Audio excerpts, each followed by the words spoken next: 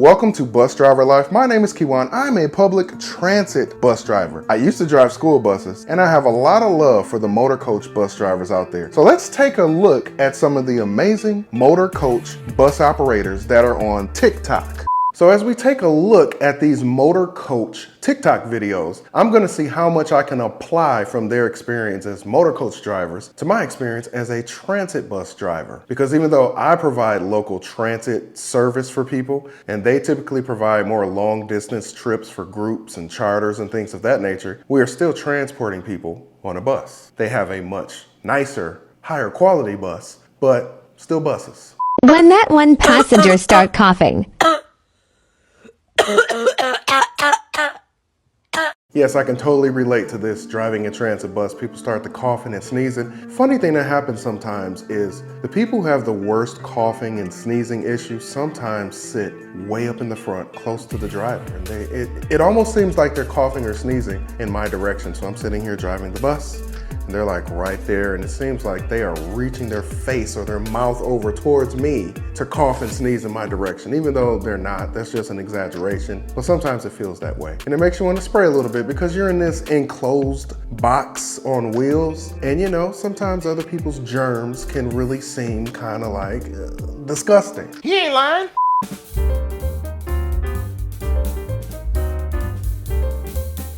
So as you can see there, it was basically saying she got a notification that the group that she was transporting is headed back to the bus. So she was taking a nice nap, but it's time to jump up and get back into action and get things set and ready for that group because you got to transport them. Nap time is over. And yes, I can relate to that as a transit bus driver because sometimes in between trips, we'll get recovery time or a little break time. Maybe it's just 2 or 3 minutes, but sometimes it may be 10, 15, 20 minutes, and you can actually take a little bit of a nap. Now, in times that I have decided to take a nap, I will set like 3 or 4 alarms back to back to back to back on my phone so that I can make sure that I wake up on time. And I know some people are like, wait a minute, bus driver life, Keywan. Why would you need to take a nap on your transit bus during your shift? Why don't you just get a good amount of sleep at nighttime before you come to work? Get a good 8, 9 hours of sleep, 7, 8 hours of sleep even. I remember on one of my day in the life videos in which I said on there that I was tired, someone in the comments was like, it's your responsibility as a bus driver to get a good night's sleep before transporting people. You're gonna hurt somebody.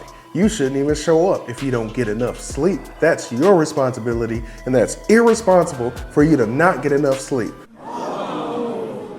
Well, here's how it works sometimes, at least here in Sacramento, and I know it works this way at other transit systems as well, some other ones, but there are some occasions where you will have 8 hours rest time. Now, I don't mean 8 hours once you get home, then you have 8 hours. No, I'm talking 8 hours from the time you end your shift to the time you start your shift the next day. So that means within that 8 hours, you still have to drive home, commute home, get home, do whatever you do prior to going to sleep, go to sleep for however long you can sleep. Then you have to get up, get dressed again, and then commute to work again, all within that 8 hours. So depending on how far your commute is to and from work, that will kind of determine how much time you get to sleep. So within that 8 hours of time, you might get 6 hours of sleep, you might get 5. It just depends on what your responsibilities are in your personal life and how far you have to travel to and from work.